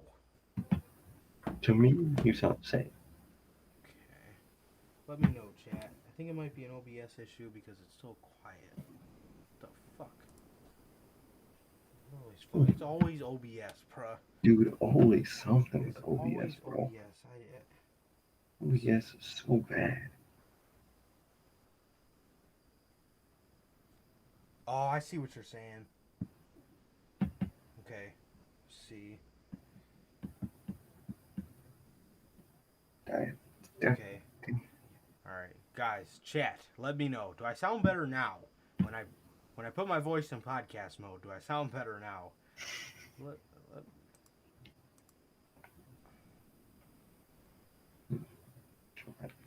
I feel like I do in my ear, but I want to get your guys' perspective before we go on. Okay. Sounds a little better. Damn. Still kind of quiet for some reason. Alright, what about now? Alright. Yeah, I raised it up a little bit. It should be okay now, I hope. Yeah, let me know what you guys think, man. Let me know what you guys think before we keep going.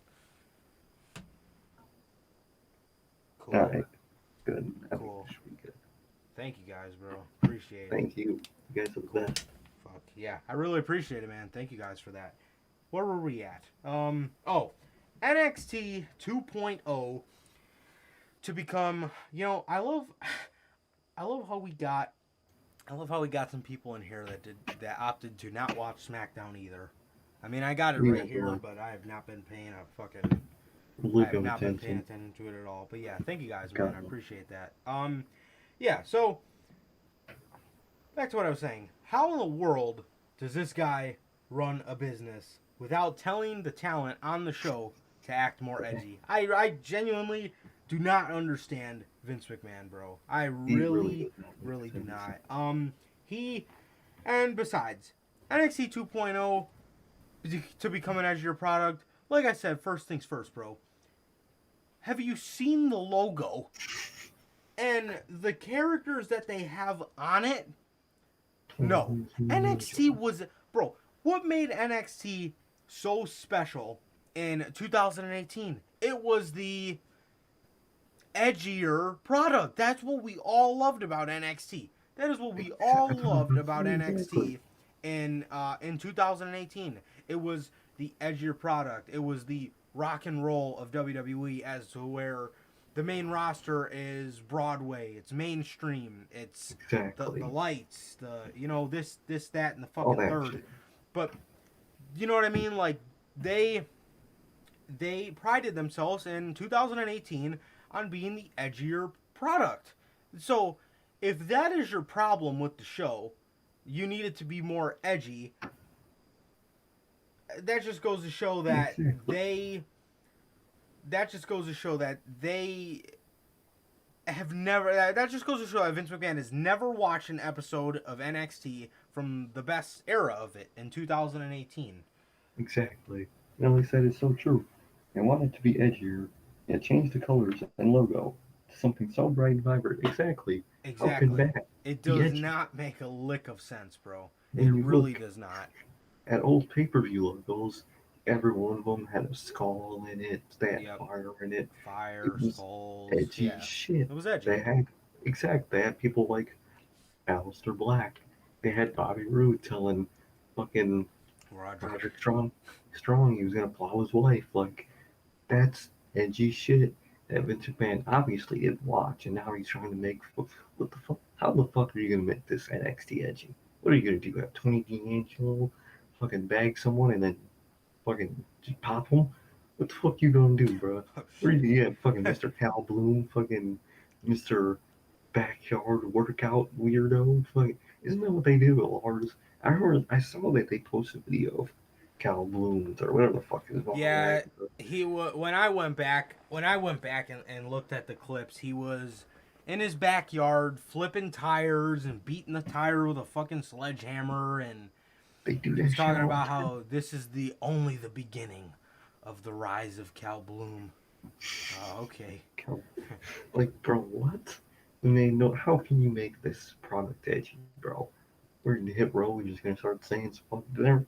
Hit row's not about to turn into fucking the Acclaim. Get the fuck out of here. They're not gonna be saying. If Swerve were to ever try to say some shit like that, instantly pink slips, bro.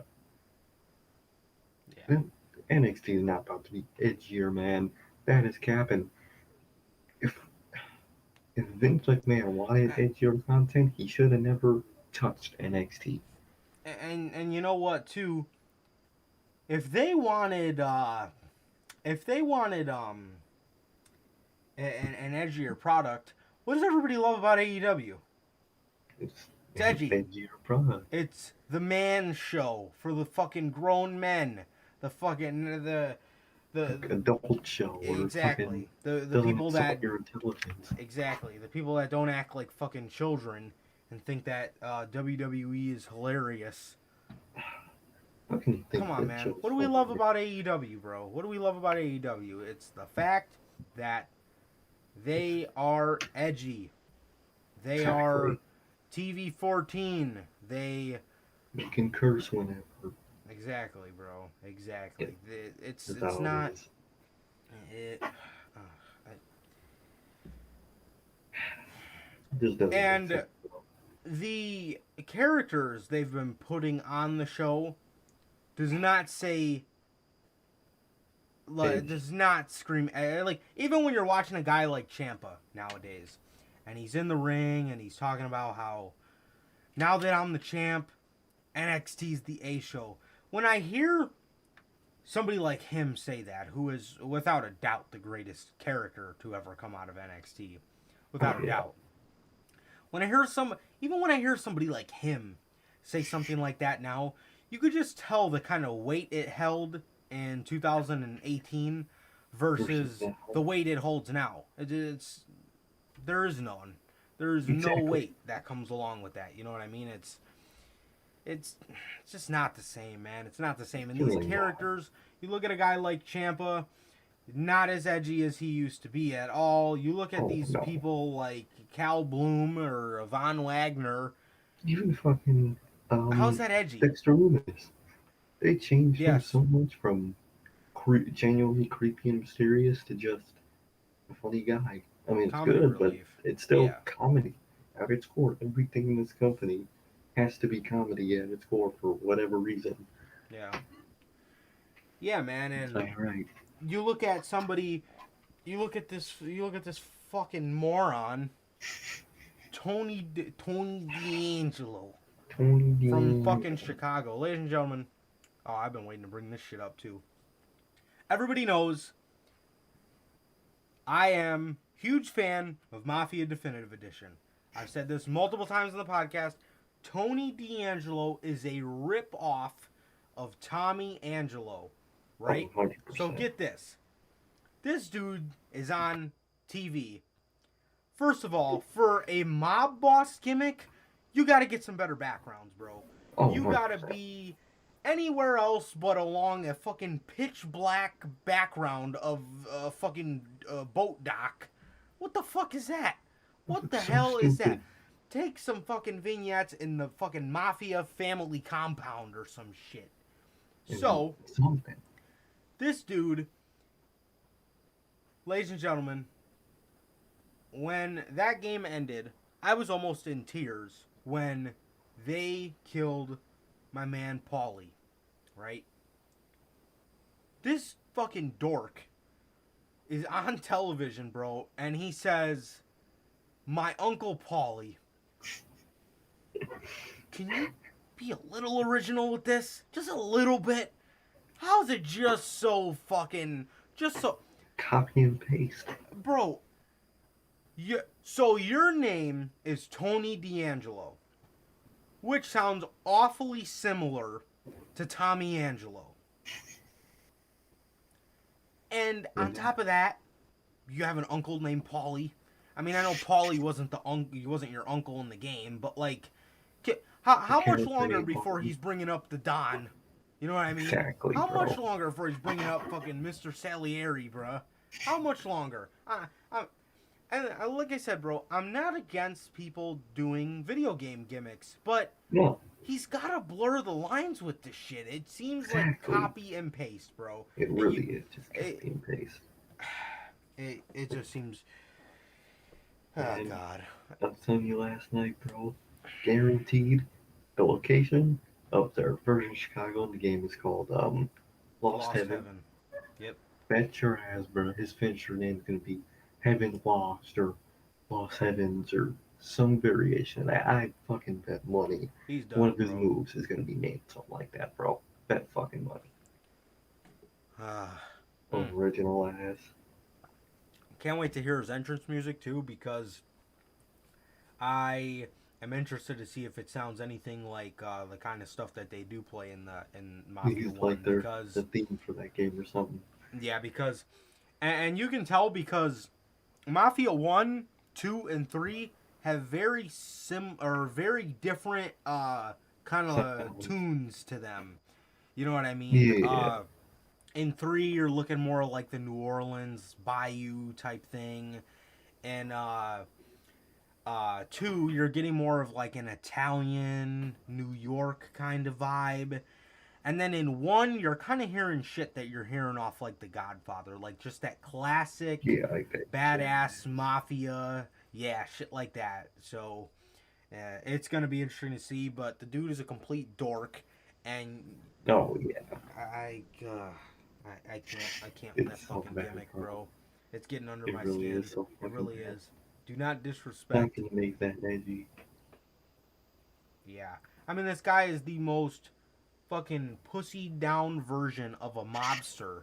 It's not even funny, but you want an edgy product with fucking Braun Breaker.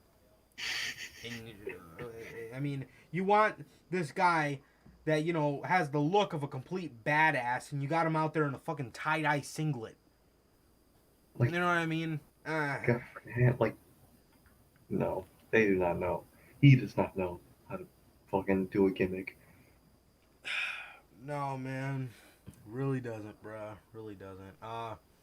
Yeah, bro. But with that being said, as we wrap things up here, Bronson Reed via Busted Open Radio, he had a very interesting quote, and I quote, he says, "I'm in talks with the major promotions at the moment. I can't really say any which way where I'm leaning towards, but I don't think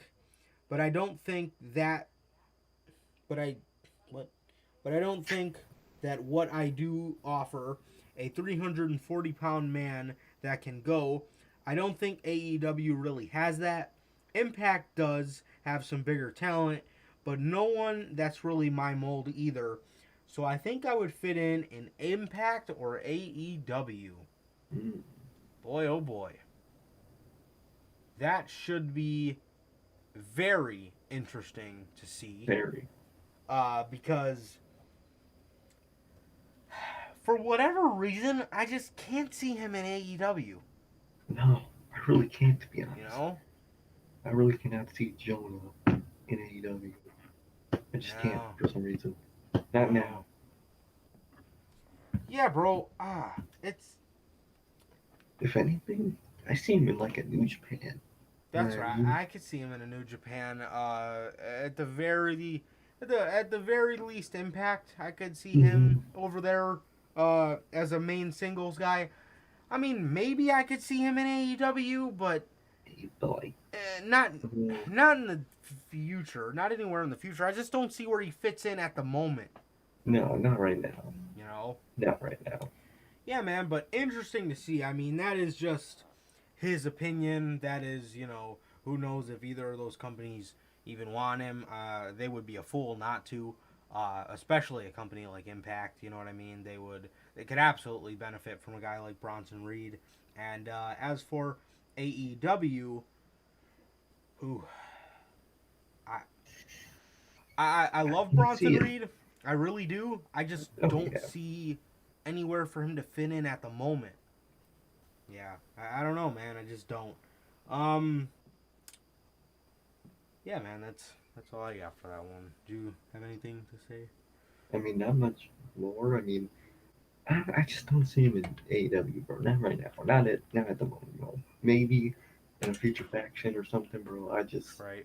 You just can't fit in there right now. There's too much going on with TNT and TNT title and all that. You just can't fit in here right now. He just can't, bro. I see him in TNA, but I could just mainly see him in New Japan right now. It's weird. Yeah, that would be a great spot for Mr. Reed going forward. As we wrap up the news here, man, before we get on to the Extreme Rules predictions, as Finn Balor is beating down Roman Reigns with a chair. I wonder if that's going to be some kind of chairs match, since they do not have any stipulations mapped out. Except for this one. I'm pretty sure this is the only stipulation they had so far. And it was just like I forgot what it was, but I think they picked the stipulation for this match. Oh, jeez. Well, the demon gets buried in 2 days, ladies and gentlemen. Yeah. What is with them having him stick his tongue out? Oh, I hate that. You know what's funny? I realized I'm going to miss like the first half of it too. To get off to work at 8. Oh, I'm dead. Yeah, me too. I'm dead. Yeah. Yeah, well, we will be on here next Friday, overviewing, talking about Extreme Rules, man, because for those of you that don't know, we do directly after the show, we do the Big 5 for WWE and the Big 4 for AEW, man, because there is absolutely no point in talking about Extreme Rules after the show ends. It is gonna be about as fucking mind-numbing as watching paint dry. So exactly. We got this news on Bray Wyatt, man. Could WWE have waived Bray Wyatt's no compete clause, man? Ringside News has exclusively reported that AEW and Bray Wyatt have spoken. We did not report a contract has signed yet, but his 90-day non-compete clause could be a real determining factor unless he gets it waived. It has been previously reported by Fightful Select that WWE superstars may request to waive their 90-day no-compete clause. That is a time when they are still getting their downside guarantee money while they cannot compete for any other company. If WWE approved Wyatt's request to waive his 90-day no-compete clause, he may appear elsewhere. It has not been... Wait, where was I at? It has not been confirmed that he requested his 90-day requested to have his 90-day no compete clause waived, but we have to wonder if he would request it. It was previously reported by Dave Meltzer that Wyatt's projected debut is next week's Dynamite, which we will have to see if that all comes together in Rochester. Man. Okay. So WWE reportedly did a favor Bray Wyatt reportedly did a favor for WWE, and he didn't want to come back and work Mania, but I guess it came out. It came out A while ago. a while ago. Yeah, that was a while ago. That it was a favor for Vince, and it was a favor for Vince, and a lot of people were saying that this could have been Wyatt's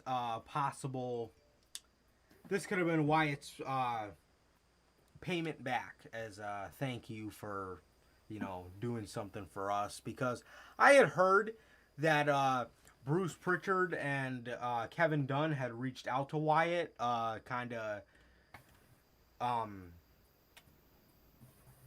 is it, like, trying to get him back. Yeah. And I guess Wyatt was respective to the talk itself, but I heard he wasn't too responsive in terms of. I mean, Wyatt knows just because you signed him, just because they're offering you a more lucrative deal, does not at all guarantee good booking whatsoever, and I think he knows that. But yeah, man. So I hope we can see Wyatt next week in Rochester, New York for Dynamite, bro. I am kind of anticipating it. I don't want to. Truly. I mean, if you have him debut in Rochester, or if you have him debut on Full Gear on November the 13th, there's two pretty cool symbolisms behind each. With exactly. Rochester, you have him paying homage to Brody, and with the 13th, you're having Bray Wyatt debut on the third. And just having Wyatt debut on the 13th is really cool. Exactly. As it is, man. So it is going to be very interesting to see what happens to Wyatt, and I hope to God we could see him in AEW next week for AEW Dynamite, man. And here comes CM Punk in the trunks, man. Look at him. Yeah, bro. I see this shit. I've been looking at it. Look at that, bro. Oh, that looks so fucking dope, bro. Hell yeah. Oh, wow. He has tattoos, like, on his, like, upper leg now. Yeah. Shit. Yeah, that's dope, bro. CM Trunks. CM Trunks, man. Now you just gotta bring back the white tires. Commercial airs for Roads to the Top during Smackdown. Yep, dead. Cody's coming back. Coming back, bro. Yeah, man, but yeah, I hope we can see Bray. I'm excited for Bray. Bray is my favorite modern performer of ever since I've gotten back into wrestling. Oh yeah. Many years ago. I stopped watching for 2 years when I was age 12 to age 14. So when I was 14, started watching again, and ever since then, bro, Bray Wyatt is captivating to say the least, and I am so excited to see my boy back doing his thing. And yeah, bro, I'm so beyond excited for Wyatt, man. Yeah, I really hope we could see him next week. I really hope so. But yeah, I hope Vince McMahon did the right thing. I could honestly see him doing that too. I could honestly see him waiving Bray Wyatt's 90-day no compete, which is a great thing to do, but I feel like he's doing it for the wrong reasons.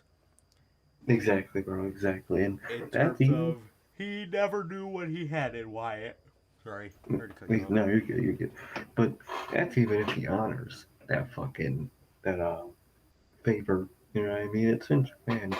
No, Vince, he could just not honor it anyway, man. But it's something that just this Wednesday will tell, bro. We'll know by this Wednesday, if we see him in Rochester, or we see him at on 13th of November, right at Full Gear, bro. So really, your personal, everyone's personal preference of what they want to see, bro. I think there's many ways for Bray to honor Brody that he will do. So I would say go with Full Gear, in my opinion, bro. But I'm down for whatever, man. I'm down for whatever. I just can't wait to see Wyndham in AEW, bro. This shit's just gonna be unfucking believable, bro. I just I can't wait, man, and all the matches and everything, and it's just I don't know if Vince will honor that. You know what I mean? They have been granting them because if they are granting them, it's because Vince doesn't believe that any of these people mean anything or like are of value, which they are. So, and it's looking like he doesn't value anybody. So, it's really a 50-50 to see if we'll see him on Wednesday, bro. I don't know. I could see it, but who knows at this point, bro. I think they would have been teasing it a little harder if he was, in my opinion. Yeah, man. Yeah, I could see that, but then you got to think too. These people at AEW are very smart. So, are they purposely not saying anything so we don't anticipate it? That's true. We will just have to wait and see, man. With AEW, that's kind of that's kind of the thing, man. A lot of times you just have to wait and see, man, because you just watch things unfold and it's a beautiful Exactly. thing. Exactly, bro. Extreme Rules predictions, man. So I looked up the updated match card, and there is legitimately one match that has a stipulation, and it is just an Extreme Rules match. Liv Morgan versus Carmella. I'm gonna go ahead and give this one to Liv Morgan since she just lost on SmackDown just now. So I'm gonna go ahead and give this one to Liv. No, Dad. Yeah, I mean, Who cares about this one? Why is this even a match on the show? To be honest, this when they announced that shit, that was the most random announcement for a match they could have done, bro. I swear to God, man. But it's gonna be Liv, bro. We all know it. At least I think they're starting to use Liv, so I think this is gonna be the start to them using Liv. Yeah, man. Next up, the Usos take on the Street Profits for the SmackDown Tag Team Championships, man. And yeah, this one, another easy one. They're not taking the belts off the Usos. WWE, obviously, we know likes the Usos. I don't like how they feel like such lackeys to Roman. I would love this faction if the Usos were back in their day one ish, bro. I Doing really the would. penitentiary shit. Right now, they're acting like the fucking snooze. I don't know. I was trying to think of a fucking funny taboo. So I don't know. I was trying to think of a fucking fun man, but dude, they've been fucking boring as shit. We get it. The Usos is your only one of two great tag teams you have left. That's all we fucking see. It's just Usos. I'm tired of the Usos, bro. I'm tired of this Usos. You know what I'm saying? It's just Roman's right hand man, the left hand and the right hand man. That's all they are, bro. Yeah. And we all know who's gonna win this match, bro. It's gonna be the fucking Usos. Yeah, man. Next up, Charlotte Flair versus Alexa Bliss for the Raw Women's Championship. Oh man. Due to all this Flair heat and WWE taking his stuff off the website, I could honestly see them switching the title. I can see it. Which, I mean, is fucking bogus towards Charlotte because it's like, It's her father that's doing that. what the fuck did she do? You know what I mean? That's how Vince works, you know what I mean? Yeah, that is how Vince works. Absolutely, bro. I could honestly see them taking the title off of Charlotte here, but I'm going to go ahead and say if they do it, they might save it a little bit longer. I think they know that Charlotte is thinking about leaving. Exactly. So I feel like they're going to want to try to keep her as happy as possible, man. So although I can very well see Alexa Bliss winning here, just because of all this Flair heat. And they don't, want to put her on TV because of things her dad did. Um, I could see, I could see that happening, but I'm gonna go ahead and say Charlotte here. And I got you, bro. Actually, I think I'm gonna go with Bliss just for the one reason is that even though they're not happy with, Flair and they're gonna take it out on Charlotte, this, if they do take it off to Charlotte, is a perfect way to just get another number on Charlotte's back whenever they want to use her again and she wins the championship again. It's gonna be what next number will it be?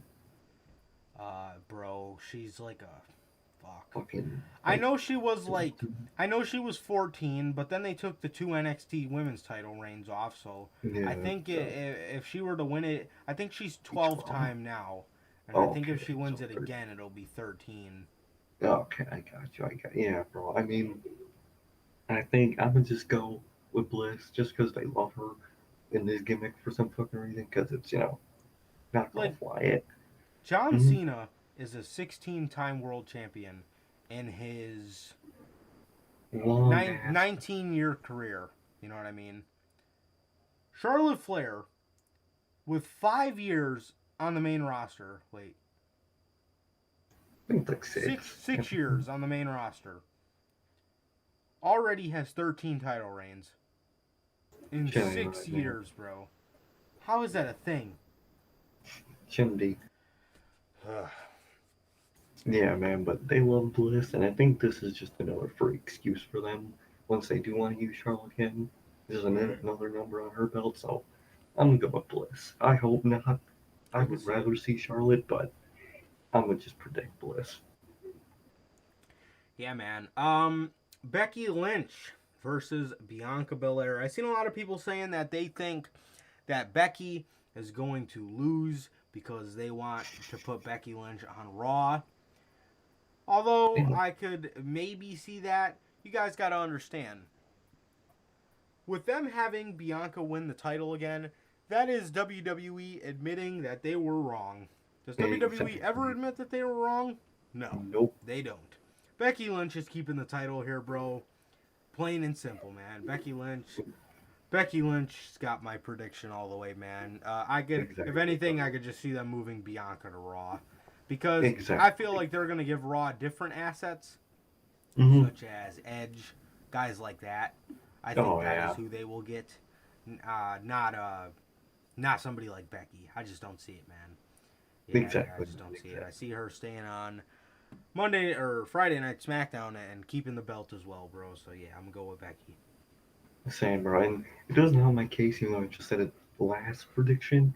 But if Candace, what the fuck? If Charlotte does retain that Survivor Series, that means we're gonna get Becky and Charlotte, and they want to do that. So another reason Becky could be easily winning. And Bianca's not gonna win, bro. She's not. No. She's gonna go to Raw and do shit over there, bro. Becky's gonna hold that thing. Becky is now going to be their Roman, where they're just going to keep the title on her just because they really have nobody else. So it's going to be Becky, bro. We all know. If you think Bianca has a chance of winning, you just you come on, bro. How could you think like that? But it's going to be Becky, bro. I think we all know. Yeah. Um. Damien Priest defending the United States Championship against Jeff Hardy and Sheamus. Damien Priest. I mean, this Yeah, is fucking filler like no other, man. Yeah. literally. I'm gonna go ahead and say Damien Priest here.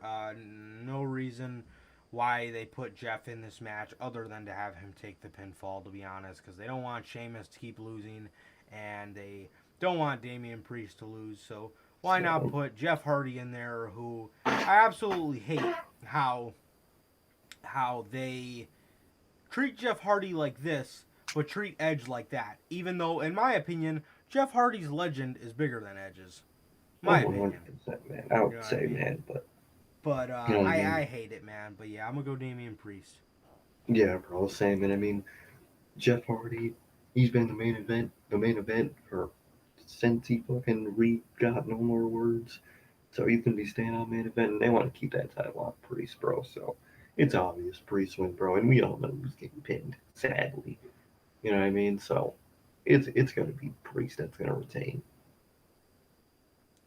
Yeah, absolutely, bro. Absolutely. And for the main event, in an Extreme Rules match, we Damn, have. that's it for the card. That is literally it. Holy shit! That is literally it, bro. How Nothing for long Big is this E. shit? Who knows, bro? Roman Reigns defends the Universal Championship against the Demon, Finn Balor.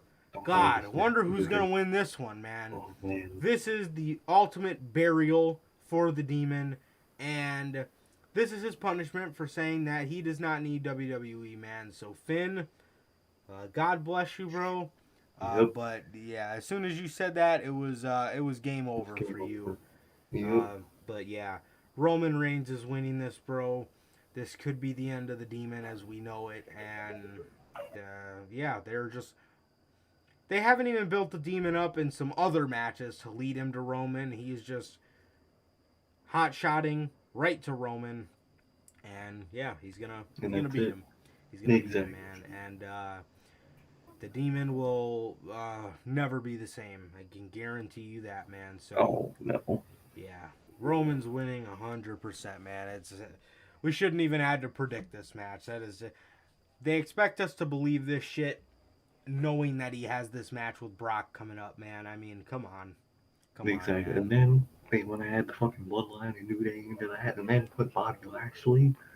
Finn Balor is literally fourth fiddle to Roman Reigns, bro. Yep. Like you were saying, that is a perfect way to have Finn win, because, you know, he's not focused on him, but it's going to make him look like even more of an idiot. It's going to look like even more shit, bro. So, Finn's destined for the burial, bro. Burying the Demon, burying Finn right off the gate. Hate to see it, bro, but it's what's going to happen, bro. So, let's just hope that whatever they do with Finn after this is not terrible, unless they just send his ass to Raw, which I could also see. Absolutely, bro. Absolutely. God. Yeah, and that is literally all they have for the Extreme Rules card so far, man. Damn, so fucking little. Holy shit. That being said, 5? 6. Which, it probably will be 5 in all honesty, because I can honestly see them moving Liv and Carmella to the pre-show easy. Yeah, easily, bro. Easily. So, yeah, bro. Like I was saying, with that being said, that is going to do it for this edition of the Notorious Heels podcast, man. That's all we got for today, man. I don't know why this card is so short, but that is going to do it for this edition of the Notorious Heels podcast, man, as AEW continues to show that godforsaken CM Punk flag every week. And bro, every fucking week I gotta see that thing ringside. And I still have yet to get my hand on it. I'm upset. Hate that shit. But, yeah, bro, that is going to do it for this edition of the Notorious Heels podcast, man. And, yeah, guys. So, with that being said, again, I feel like I keep saying with that being said. But, with that being said, that is going to do it for this edition of the Notorious Heels podcast, man. Always a pleasure for my Johnny Mayhem. And Sir K. And that is going to do it for this edition, episode 76 of the podcast, man. Please like, comment, and subscribe. Also, keep a lookout for the Extreme Rules predictions on next Friday at 4 o'clock. Next Friday at 4 o'clock. And we will see you guys on Monday with Notorious Unscripted. Peace.